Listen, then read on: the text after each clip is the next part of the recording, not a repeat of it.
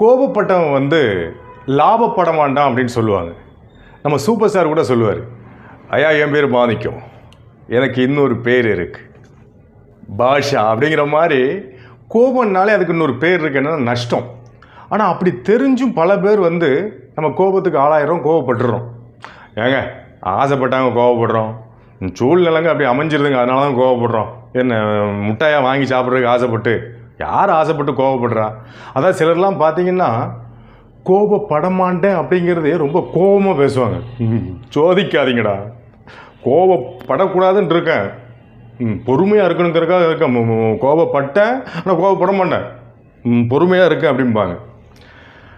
அதாவது என்ன அப்படின்னா, இந்த கோபம் அப்படிங்கிறது வந்து எல்லாருக்கும் வர்ற ஒன்று தான். ஆனால் பொறுமை அப்படிங்கிற வார்த்தைக்கு இன்னொரு வார்த்தை இருக்குது, என்ன அப்படின்னா பெருமை.